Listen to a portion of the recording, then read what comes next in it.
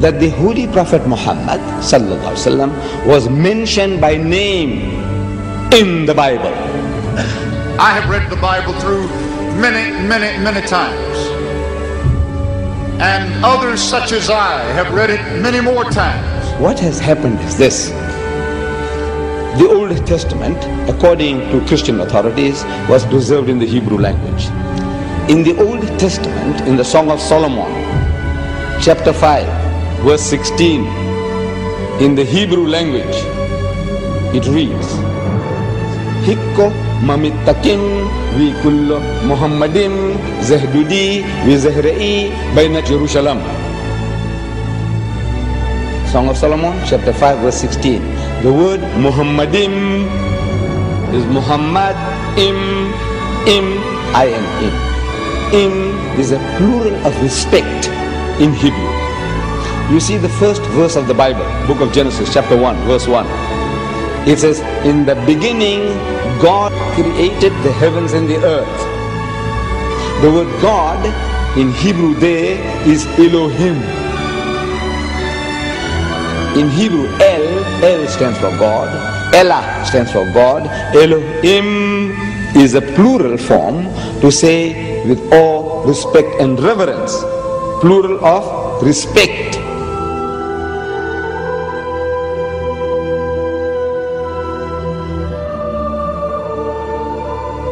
The word is there in the Hebrew language. In the original, what they call original, it's there. But they have translated that in English as altogether lovely. So this beloved of mine is altogether lovely, says Solomon. You can't associate with the word Muhammad. You read it 1,000 times, altogether lovely, altogether lovely. Or let's say in another language, the praised one, the praised one. Muhammad means the praised one. But he said the praised one, the praised one. You can't think that he's talking about Muhammad, though Muhammad means the praised one. You have no right to translate names of people.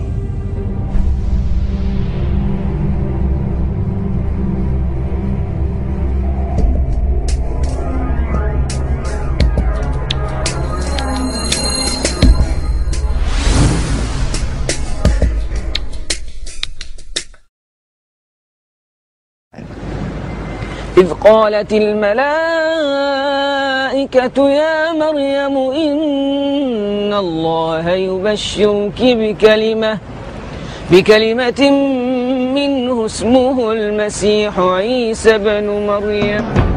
The story of Jesus' birth is narrated in vivid detail in the Quran. As in the Bible, an angel tells Mary she is pregnant despite being a virgin.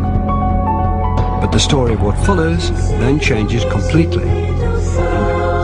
In the Bible, Mary's role is limited to the passive mother of Christ. The Quran gives accounts of her ancestry, her birth, her childhood in the Temple of Solomon, and as mother of Jesus. She's the only woman mentioned by name in the Quran.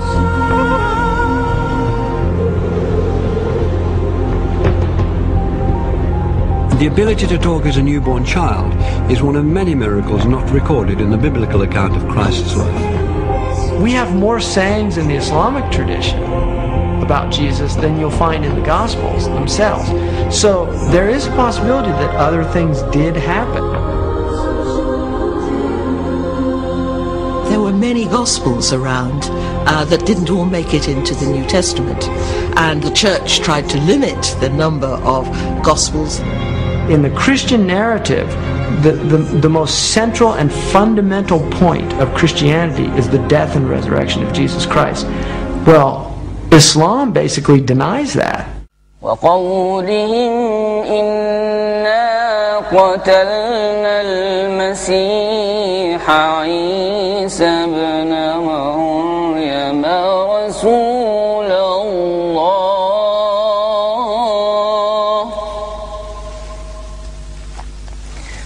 وما قتلوه وما صلبوه ولكن شبه لهم. To find the story of Christ's crucifixion and resurrection being changed is too much for some Christians. J. Smith is an evangelical Christian who spent 25 years studying Islam. His dedicated to disproving the Quran's version of Jesus' last day on earth. If Jesus were to come down to Speaker's Corner, I would imagine he'd get up on the ladder like I'm going to get up on the ladder. And what he would say to Muslims specifically is he would probably confront them with what they've done to him. What their scriptures have done to him, not them personally, what their scriptures have done to him by taking away his divinity, by also suggesting that the greatest act of history, the most sacrificial act that anybody has done, to die for mankind, God himself to die for that which he has created, has completely been eradicated, has completely been thrown out of their scriptures. The essence of Islam is submission to the absolute, to the divine, and that's where salvation lies, in submission to the divine, or at least a recognition of the divine. In Christianity, salvation lies through the acceptance of the blood of the Lamb.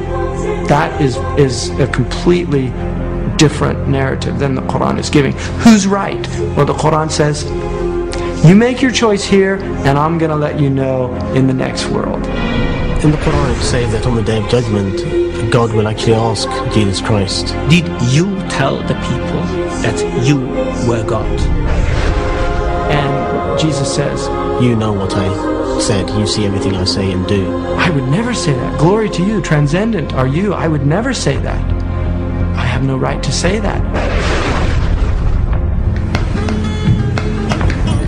Why aren't you Muslim? Why aren't I? I'm a Jew. You're a Jew? Oh, I was previously Christian. For Christians to believe that Jesus was God in human form is absolutely fundamental, because it means that God understands us. God isn't some distant deity living in the glory of heaven. He can understand what it's like to be in pain, to be betrayed, to be hurt, to be bruised, to be bullied. God understands our situation. If Jesus was God, then who was supporting the world while he was supposed to be dead? Or if he was God, then who was he praying to? 3 books. What doesn't work is that God has family. I can't believe that Mary can give birth to God. For God to be God, he has to be the creator and not become part of creation. Officials act that anybody has done to die for mankind, God himself to die for that which he has created, has completely been eradicated. But God is not bound in the frame of reference. He is the creator of time. Time is a creation of God. Matter is a creation of God. These are transient entities.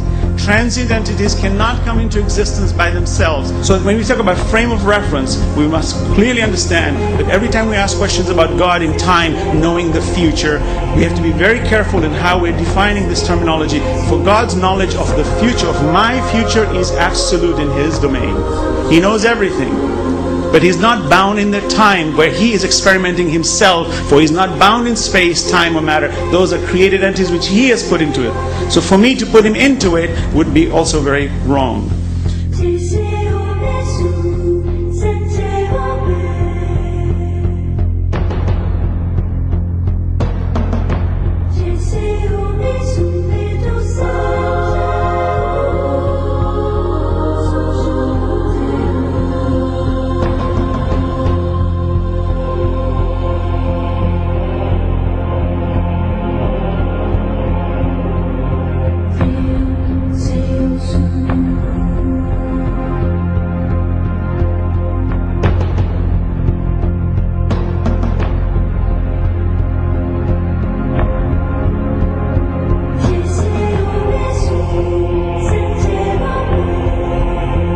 Prophet Adam was created from no female and no male. Eve was created from one male and no female. Jesus was created from one female and no male. And all of us have been created from one male and one female. These are 4 examples for us to benefit from, to understand the divinity of our Creator.